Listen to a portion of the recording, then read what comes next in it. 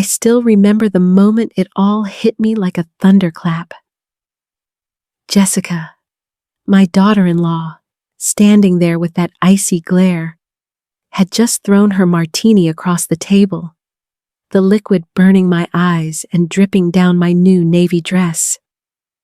The shock wasn't just the cold vodka, it was the words that followed, the accusation that I was selfish, ungrateful, and unwilling to help. My mind raced, trying to reconcile the woman I had tolerated, even tried to like, with this version of her, calculating and ruthless. And then the folder slid across the table. My heart thudded as I glimpsed the numbers $7,000. I felt my chest tighten, disbelief mingling with a sudden, sharp clarity. How could they expect me to hand over almost $1 million, my hard-earned winnings, to cover Jessica's extravagant mistakes? Mark, my son, stood beside her, his usually warm eyes clouded with unease, offering only half-hearted reassurance that this was family helping family. I had raised him to know better, to recognize love that comes without price tags. And yet, here he was, participating in the setup, the betrayal. In that instant, years of casual disregard, of being tolerated rather than cherished, crystallized into a painful truth. The house around me, the good china, the candles, the carefully prepared food, all of it suddenly felt like a stage for a performance meant to manipulate me. I recalled calling Mark the week I won the lottery, sharing my joy, imagining this windfall might bring us closer. Instead, it had become the lure, the trigger for their opportunism. My mind flashed briefly to Harold, my trusted financial advisor, and my sister Caroline, who had always warned me about Jessica's tendencies. They were distant now, yet I felt their presence in memory, anchors reminding me of prudence, of caution. I inhaled deeply, tasting the wine that Mark had thoughtfully brought, and felt the mix of disbelief, hurt, and simmering determination. I realized then that this wasn't just about money. It was about control, about testing whether love for me was genuine or contingent on what I could provide. And in that charged silence, with two adults staring at me, waiting for my compliance, I felt something shift inside. This was the moment when everything would change. My life, my decisions, my boundaries, they were all about to be redefined. The room seemed to pulse with tension, and I knew I had to hold on to my clarity, to prepare for the reckoning that was just beginning. This was only the beginning, a single, shocking spark that would ignite a journey through betrayal, manipulation, and ultimately, empowerment.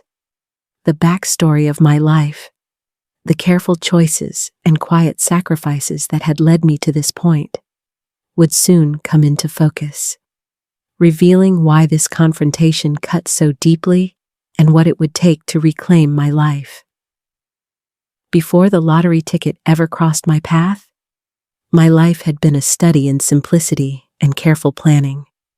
I had spent decades teaching third graders, living modestly in my little house in Clearwater, stretching every dollar and finding small joys in gardening, reading, and quiet evenings with a cup of tea.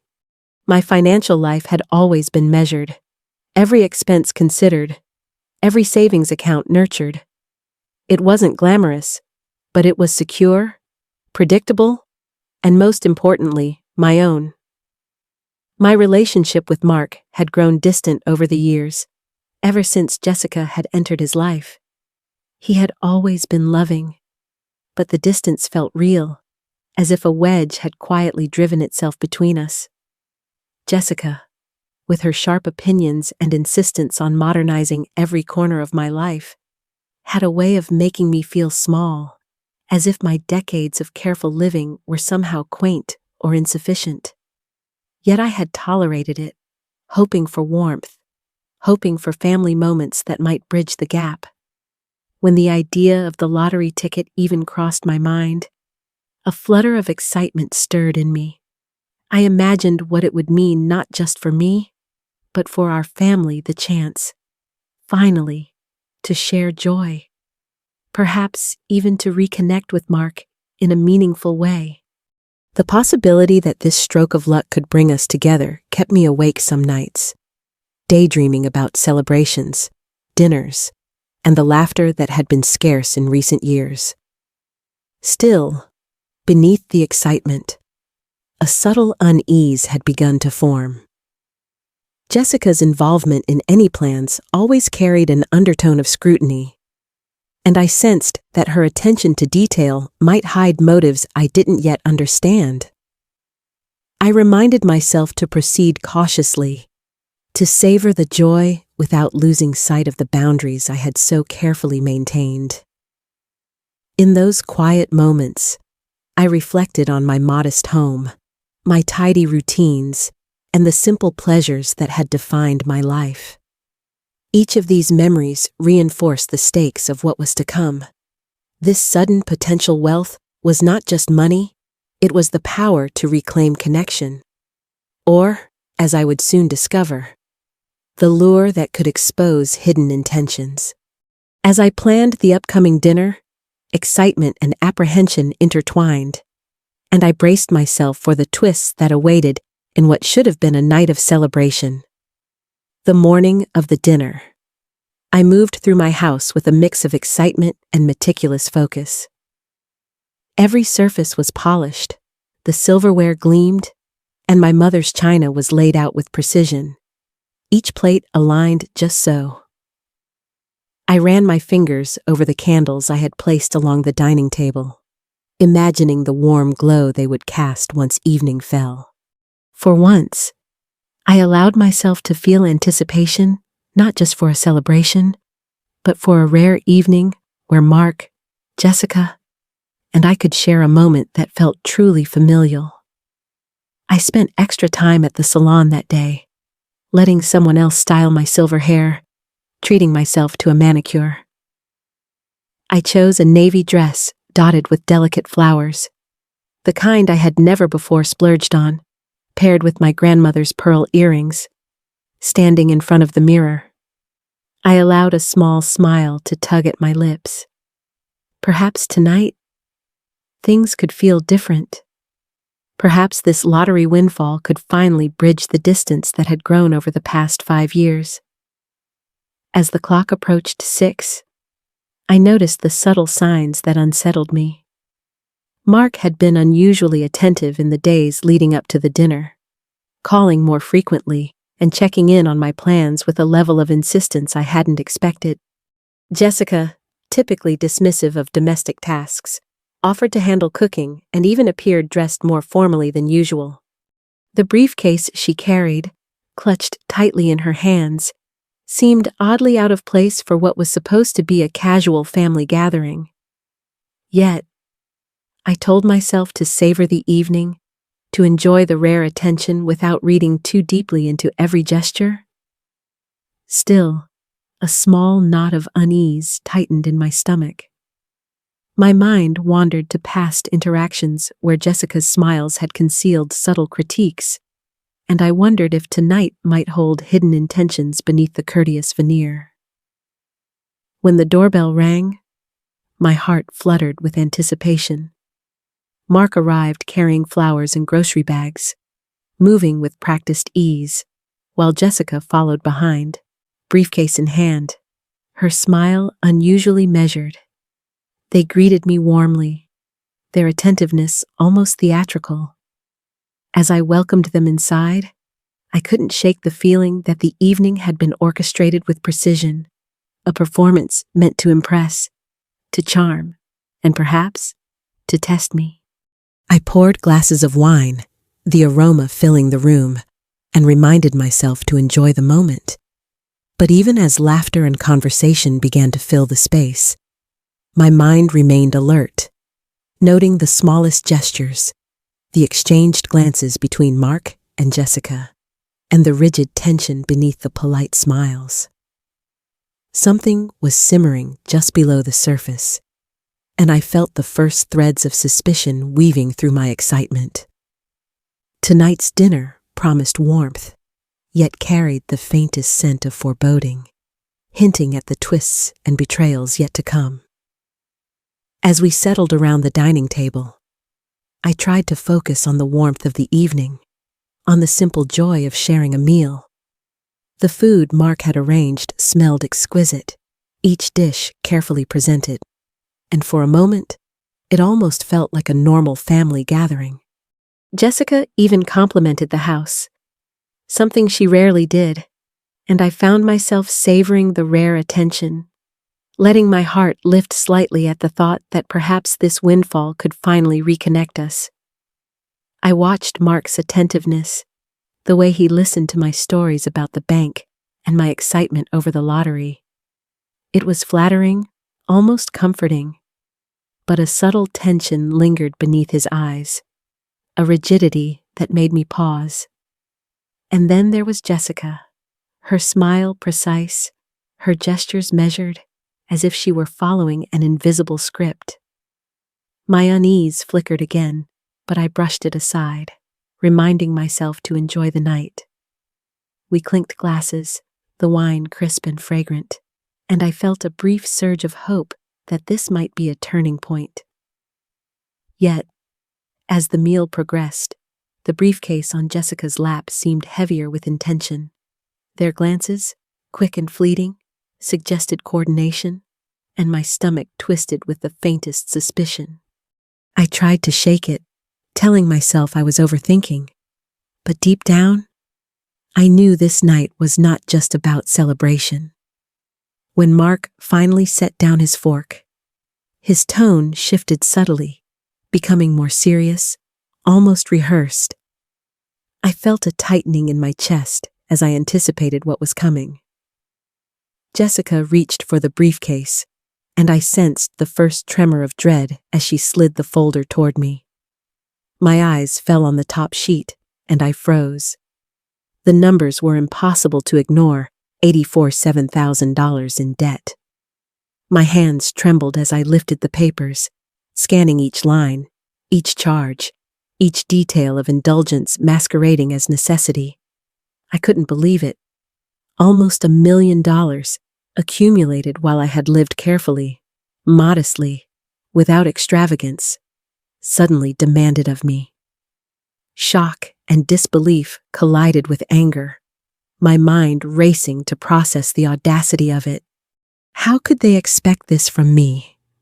How could Mark, my son, stand by and let this happen? Echoing the words of family, helping family, while ignoring the manipulation woven into every gesture I remembered. The calls leading up to this night, the sudden attentiveness, Jessica's unusual offers of help, Mark's insistence on consulting her financial planner. Each act of apparent kindness now felt like a thread in a web, carefully spun to ensnare me.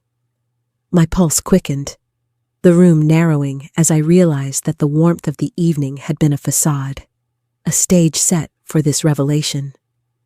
Anger flared, sharp and cold, as I processed the betrayal. Years of careful living, of restraint, of generosity toward a son who had once been my anchor, now seemed to have been used against me. The polite smiles, the compliments, the meticulous presentation of the meal, they were tools of manipulation, and I felt the first sparks of clarity. This was about control, about testing whether my love and compliance could be bought. And yet, amid the shock and rising fury, a seed of determination took root. I had been caught off guard, yes, but I was not powerless. My mind raced through options, strategies, protections. I would not be coerced into surrendering my security, my choices, my hard-earned autonomy. The first major twist had struck, laying bare the true intentions of those I had hoped to trust. As the tension thickened around the table, I felt a mixture of disbelief and burgeoning resolve. This night had begun as a celebration, but had transformed into a revelation of character, manipulation, and betrayal. I knew that the coming moments would demand clarity, courage, and careful action, setting the stage for the confrontation that would define the boundaries of my family, my wealth, and my self-respect. The evening had escalated into a crucible, and I was ready to face it. The moment the martini hit me, cold and sharp against my skin, time seemed to stretch. Shock ripped through me first, followed quickly by a surge of anger so intense it felt almost physical. I could hardly believe that Jessica, the woman I had reluctantly welcomed into our family, would lash out like this over money, over a demand that was brazen even by her standards. And Mark, my own son, he sat frozen, conflicted, unable to intervene, caught somewhere between loyalty to his wife and the remnants of the son I had raised. As the initial heat of the moment ebbed, clarity began to settle in. I knew I could not let this pass unrecorded. I began documenting everything: the dinner, the demands, the assault, the subtle manipulations that had been building over weeks. Each detail I wrote felt like reclaiming a small piece of control, turning chaos into evidence. My mind raced through possible steps: call Harold to review my financial protections, organize the paperwork, consider legal options. The mix of adrenaline and focus sharpened me. Anger had transformed into determination.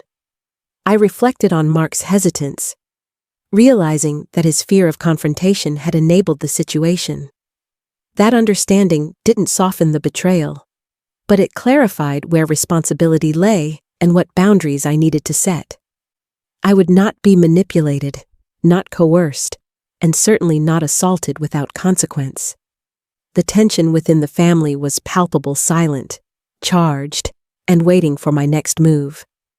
By the time I had cleaned up the remnants of the evening, the spilled wine, the half-eaten food, the remnants of my grandmother's china, the shock had given way to a calm, strategic resolve. I would act, and I would protect myself.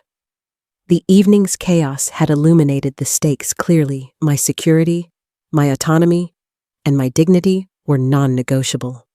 In that quiet, I felt the first true sense of empowerment, the knowledge that I could face the manipulation head-on, and that the next steps would define not just my wealth, but the integrity of my life and relationships. As soon as the dust of that chaotic dinner settled, I knew I had to take decisive action. The first call was to Harold, my longtime financial advisor, whose calm voice was a grounding force amidst the storm. I explained the events in detail, emphasizing both the assault and the audacity of their demands. Together, we reviewed my accounts and devised a strategy to protect my winnings. The idea of an irrevocable trust emerged as a shield, a way to ensure that no future attempts at manipulation could threaten my financial security. Next came the legal consultation. Sarah, an elder law specialist, listened intently as I recounted every nuance of the evening: the polished dinner, the rehearsed smiles, the stack of papers with Jessica's $87,000 debt, and the martini attack. Her eyes narrowed thoughtfully, and I felt a surge of hope. Here was someone who understood that my situation wasn't just unusual, it was deliberate harassment. We mapped out every step: documentation, witness statements, and a counterclaim for harassment and attempted extortion. Court day arrived with an almost tangible tension. Walking into the courtroom, I felt a mixture of anxiety and controlled determination, my navy suit serving as both armor and affirmation. Jessica and Mark sat across from me, flanked by their attorney, and for a moment, I allowed myself a private smirk. They may have thought they were intimidating me, but I was ready. As the hearing began, Sarah laid out the timeline methodically: each call, each gesture, each document presented as proof of their manipulation. I could feel the weight of the room shift with every piece of evidence. The judge's measured scrutiny was both comforting and intimidating. As she dismissed their claims and imposed sanctions, a sense of triumph washed over me. I realized that this wasn't just a legal victory. It was a reclaiming of my agency, my dignity, and my life. Jessica's debt remained hers to face, and Mark's involvement was rendered powerless against the clarity of documented evidence. In the days that followed, I worked with Harold to finalize the trust, ensuring that $65,000 of my winnings were now beyond the reach of anyone attempting to exploit me.